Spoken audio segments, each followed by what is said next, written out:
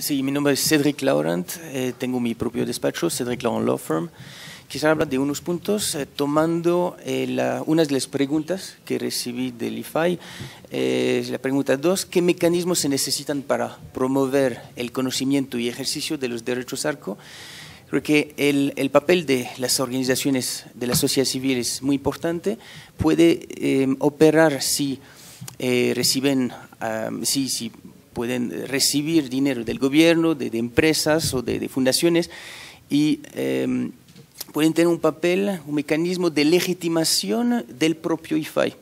Esto es la experiencia que he tenido en Estados Unidos por 10 años, trabajando para una ONG, la Federal Trade Commission, que es el equivalente en el ámbito de la protección de datos al IFAI, pedía a nuestra ONG, a nuestra organización de sociedad civil, que les demos casos y eso le daba más legitimidad al trabajo de la Federal Trade Commission.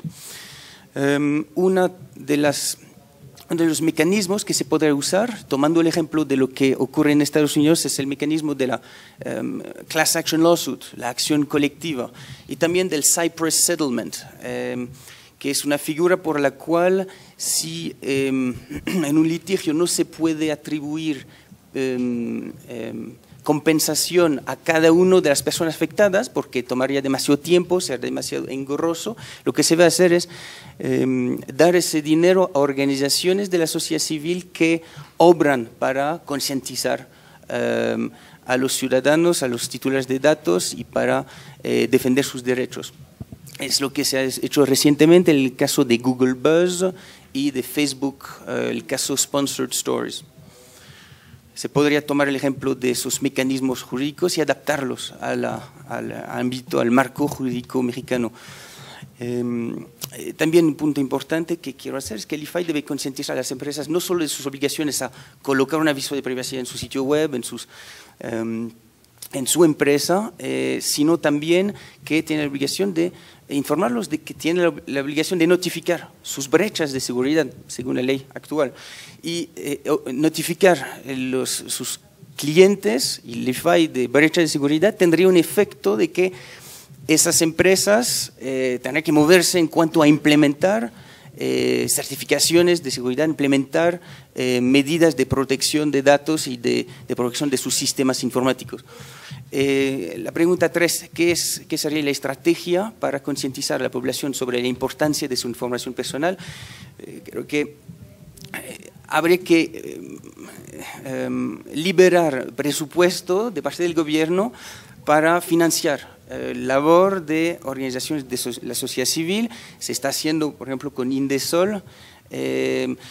También estoy proponiendo, y tomando el ejemplo que nos dio Joel Gómez, de hacer práctica la ley, por ejemplo, organizando clínicas jurídicas en universidades, promoviendo concursos, por ejemplo, que pueden organizar docentes con sus alumnos para que ellos empiecen demandas por violación de ley en las cortes mexicanas.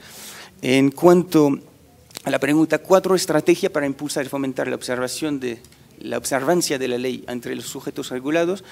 Empezamos, Cornelio Velázquez, Olivia Tello, Araceli Reyes y yo, este proyecto Son Tus Datos, para poder, por ejemplo, usar esa herramienta de la acción colectiva, informar primero de lo que se podría hacer y informar sobre cómo un ciudadano puede empezar una demanda contra empresas. Pregunta 5, ¿cómo pueden las organizaciones de la sociedad civil y el gobierno coadyuvar al ejercicio del derecho de protección de datos personales? Creo que